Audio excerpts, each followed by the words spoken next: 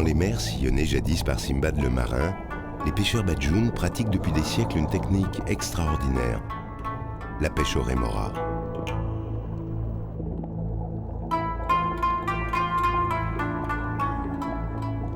Respecté de tous, autrefois vénéré comme un véritable dieu, le rémora s'accroche aux tortues, aux raies et aux requins pour se nourrir.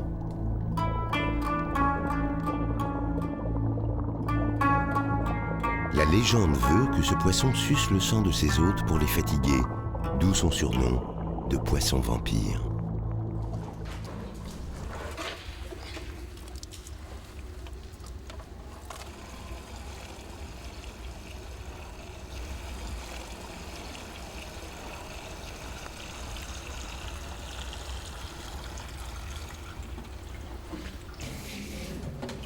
Alphan vit au nord de la côte kenyane, sur l'une des îles les plus sauvages de l'archipel de Lamu, l'île de Kiwayu, située au bord de l'océan Indien.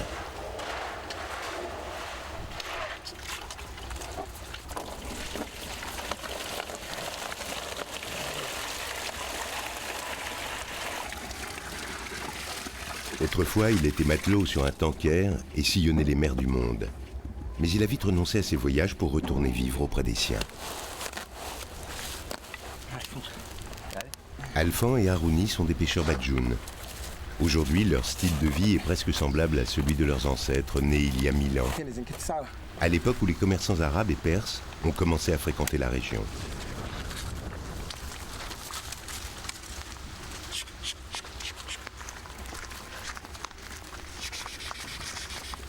Nous sommes en décembre. Il n'a pas plu depuis longtemps. Sur l'île, l'âne demeure le seul moyen de transport. Avec leurs provisions d'eau, Alphan et Harouni repartent vers la crique du village de Kiwayu, là où est ancré leur bateau.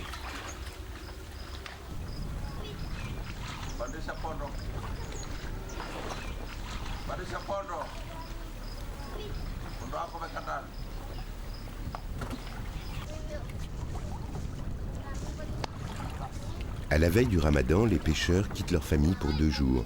Ils partent en mer relever les filets.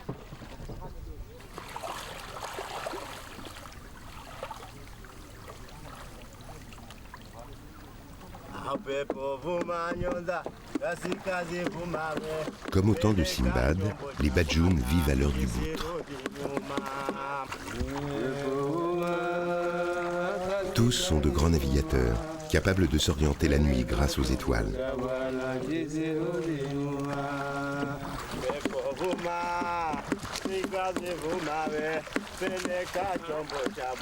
Pour se donner du courage, Alphan entonne un chant qui raconte « Même à contre-courant, nous devons ramer en espérant que le vent se lève.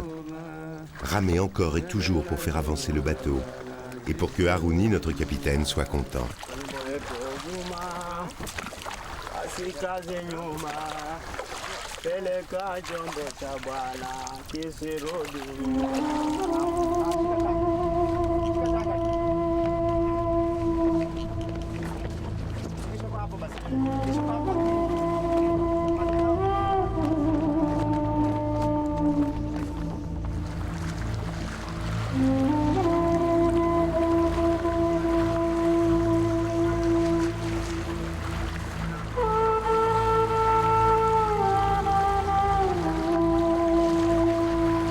Les hommes sont heureux, leur appel a été entendu, le vent s'est levé. Ils vont pouvoir franchir la passe qui donne vers le large, là où se trouvent les gros poissons.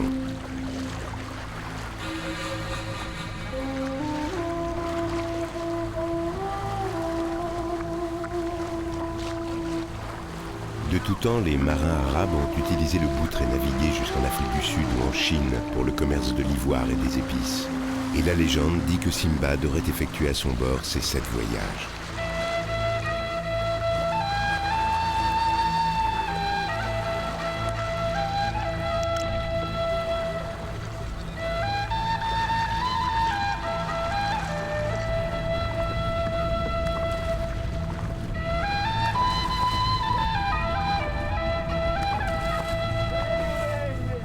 À plusieurs heures de Kiwayu, Alphan et les siens remontent les filets.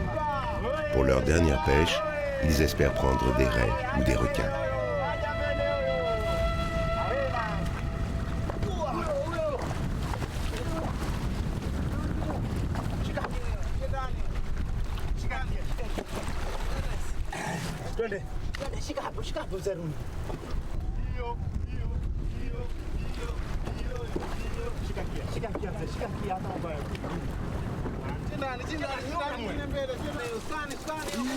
La capture de 2 beaux espadons voiliers, prise excellente et rare, réjouit les pêcheurs.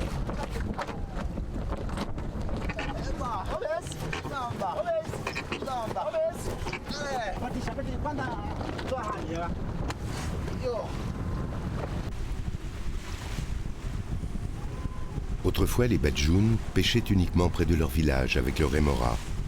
Désormais, ils pratiquent aussi la pêche au filet. Technique plus moderne, mais qui les oblige à partir plus loin et plus longtemps.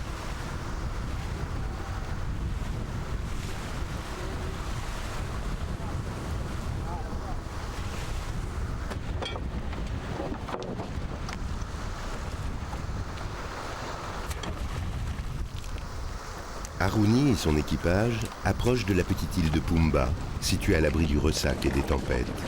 Les bateaux peuvent y accoster facilement.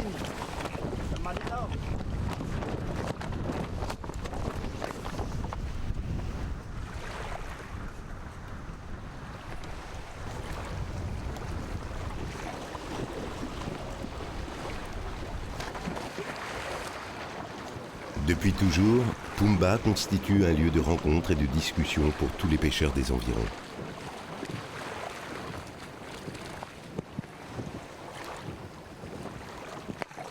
Comme Alphand, ils viennent y dépecer leurs prises ou bien calfater leurs boutres avant de reprendre la mer.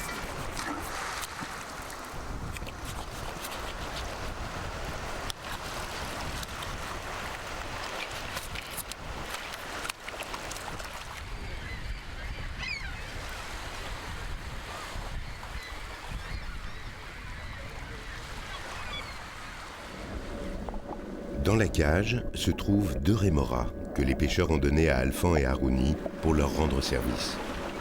Ils savent que les 2 hommes sont les derniers à pratiquer la pêche avec le poisson vampire, appelé aussi taza en swahili.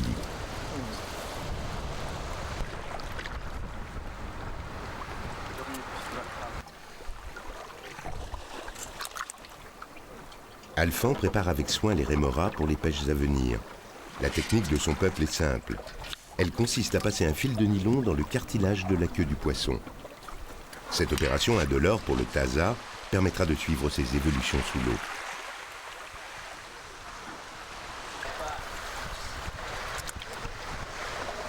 Le poisson vampire est l'objet d'un grand respect et les Badjounes transmettent sa légende de père en fils.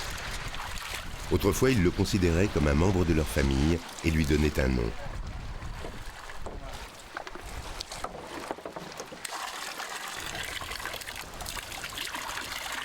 Alphand oxygène longuement ses précieux alliés avant de les mettre à l'ombre, à l'abri de tout danger.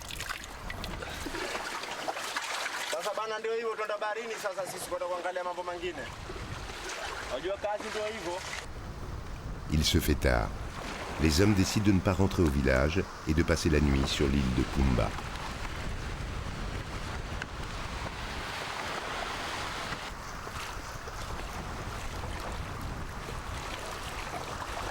Nous sommes à la veille du Ramadan. Pendant un mois lunaire, selon les règles de l'islam, les Badjounes n'auront pas le droit de boire ou de manger du lever au coucher du soleil.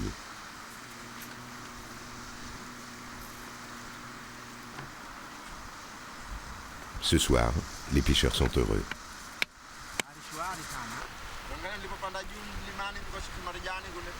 La journée a été bonne. Demain, ils vont revenir au village avec 2 espadons, mais surtout avec les poissons vampires.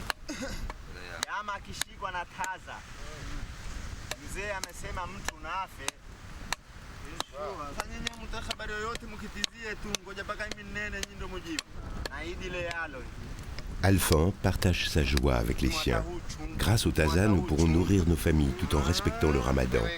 C'est une grande chance. Les hommes savent combien il a raison.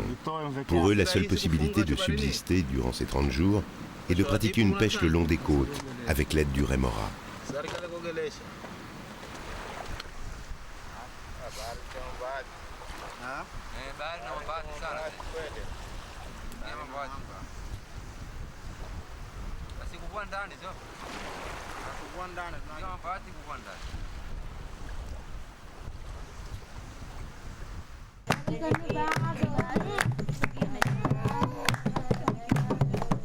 Pendant ce temps, au village, les femmes chantent en attendant le retour des pêcheurs. Elles sont revêtues du boubou traditionnel.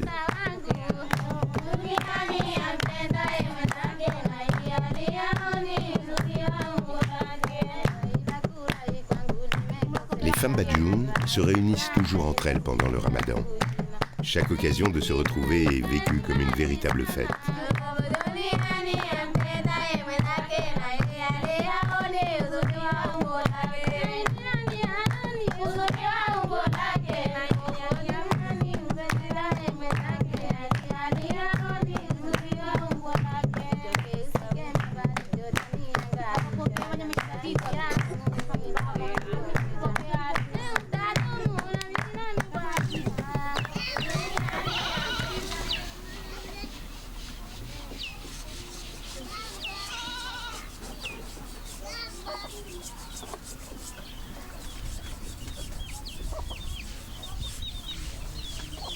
Le lendemain matin, les marins sont de retour à Kiwayou. La vie semble s'être arrêtée. Aujourd'hui, personne ne va pêcher.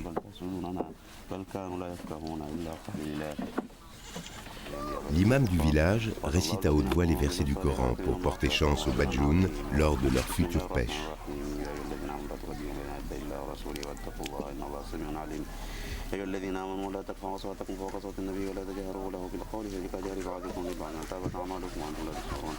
Comme tous les musulmans chafites pratiquants, Alphan écoute les prières avec beaucoup de recueillement.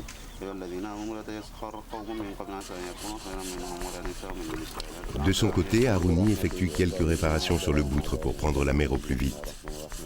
Il lui tarde de sceller une nouvelle fois l'entente qui lie depuis toujours son peuple au Rémora.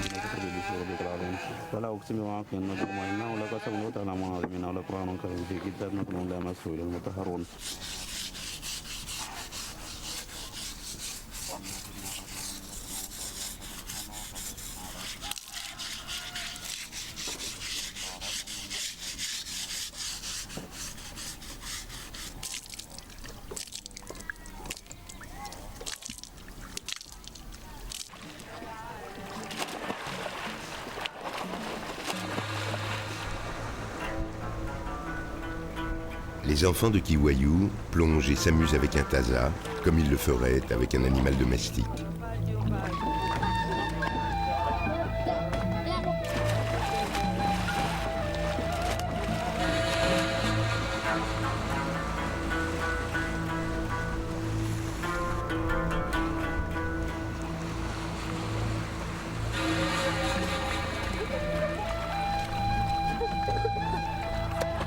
Plus qu'une mascotte, le poisson vampire représente pour eux un symbole très fort.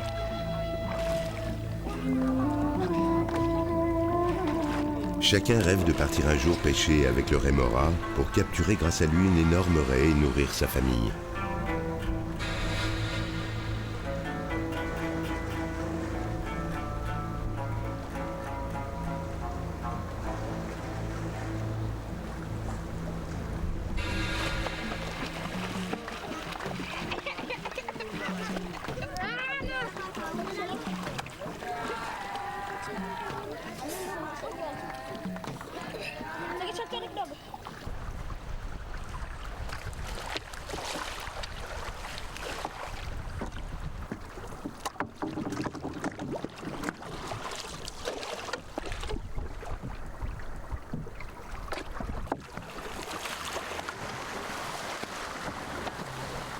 Le lendemain, après avoir chargé les tazas sur le boutre, les hommes quittent le village et partent le long de la côte. La marée basse rend la navigation plus difficile. Pour se frayer un chemin parmi les rochers, le bateau doit emprunter un couloir très dangereux, large de 2 ou 3 mètres seulement.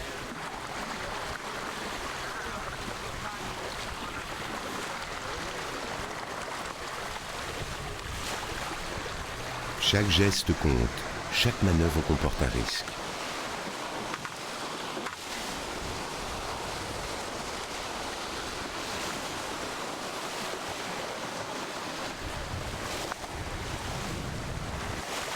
À tout moment, le boutre peut se fracasser sur les hauts fonds.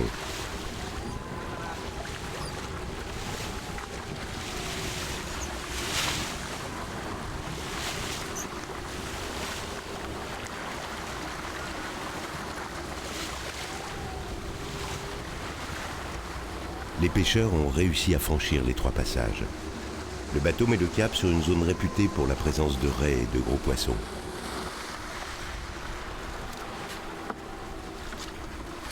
En pleine mer, à moins d'une journée de Kiwaiu, la pêche au rémora peut enfin commencer.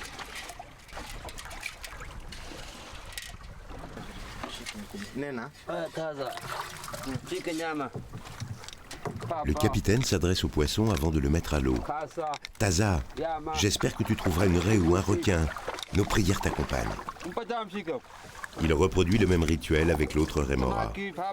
Les Badjoun en utilisent toujours 2, afin de ramener plus facilement leur prise si elle s'avère trop grosse.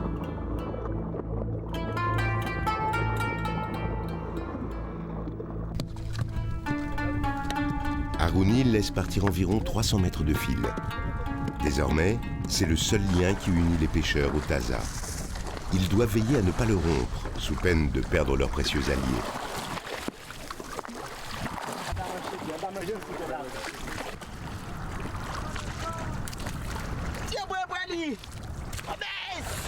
Commence alors une longue poursuite, jusqu'à ce que les rémoras trouvent une proie.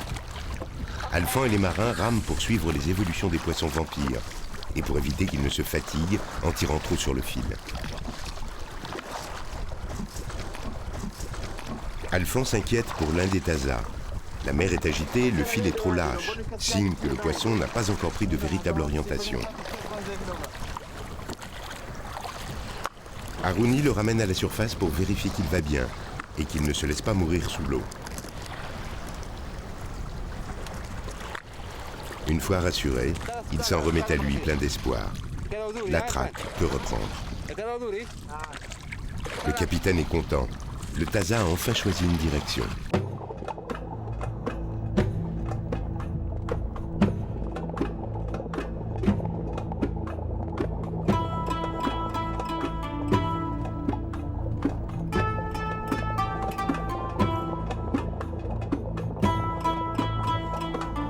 Sur sa tête, un petit disque plat lui permet d'adhérer solidement au dos de ses proies et de se nourrir de leurs parasites. Aux yeux des Badjoun, cette ventouse lui sert aussi à s'accrocher à de petits bateaux pour voyager sans effort.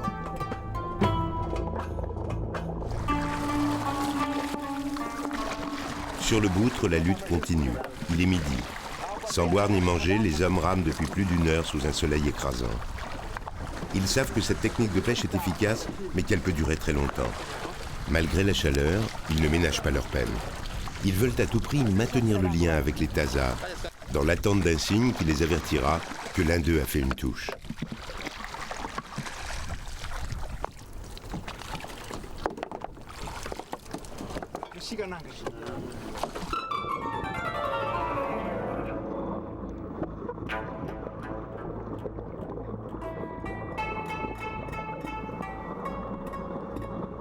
Selon la légende Badjoun, quand le rémora cherche sa proie, il lui dit « Tu es chanceuse aujourd'hui car je ne t'ai pas attrapée, mais sois certaine que d'ici quelques jours je t'attraperai.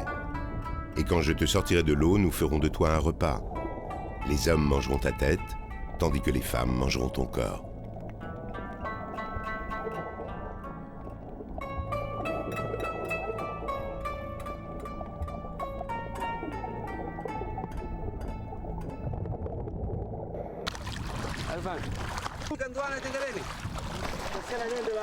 Le fil de nylon se met brusquement à vibrer. Alphand sait que l'un des Tazas vient de se coller à un gros poisson. Ali plonge aussitôt pour déterminer s'il s'agit d'une raie ou d'un requin.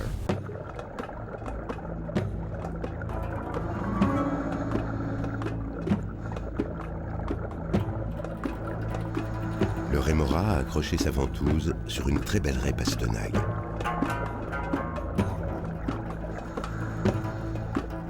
La raie change soudain de direction. Le poisson vampire ne doit pas la laisser s'échapper.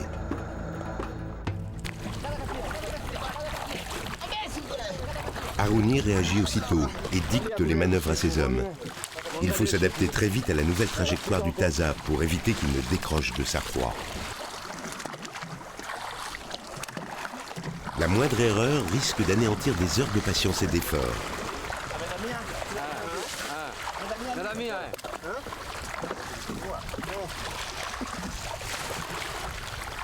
Depuis toujours, les Badjoun croient que le rémora suce le sang de ses proies pour les fatiguer. Avant de ramener la raie sur le bateau, les pêcheurs la laissent s'épuiser pendant un long moment, sous l'emprise du poisson vampire.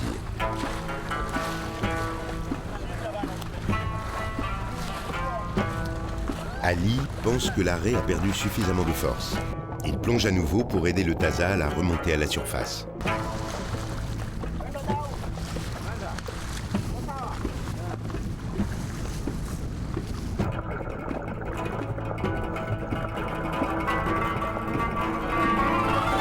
Sous l'eau, il a harponné la proie en prenant garde de ne pas blesser le rémora.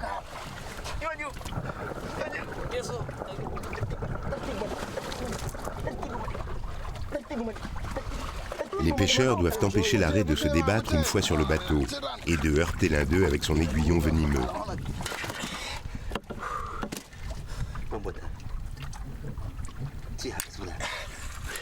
Un peu de sang s'écoule lorsque le Taza libère sa prise. Pour Alphonse, c'est la preuve qu'il s'agit bien d'un poisson vampire.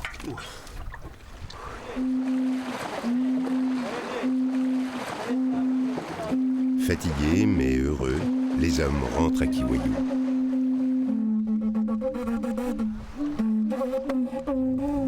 Ils sont fiers de pouvoir montrer une nouvelle fois que le rémora est l'ami de leur peuple. Ce soir, ils partageront en famille la joie d'avoir pêché une énorme raie en ces premiers jours du Ramadan.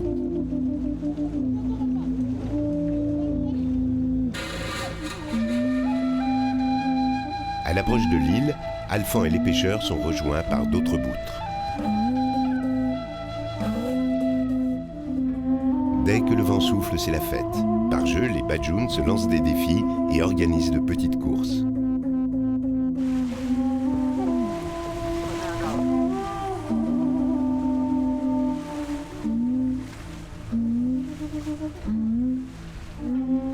Ils se répondent de bateau à bateau en soufflant dans des conques.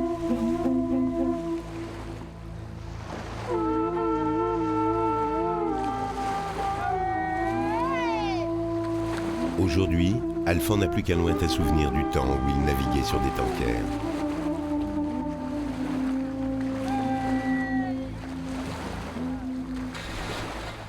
Pour rien au monde, il ne renoncerait à sa liberté et à la joie de vivre simplement en harmonie avec la mer et la nature, au milieu des siens.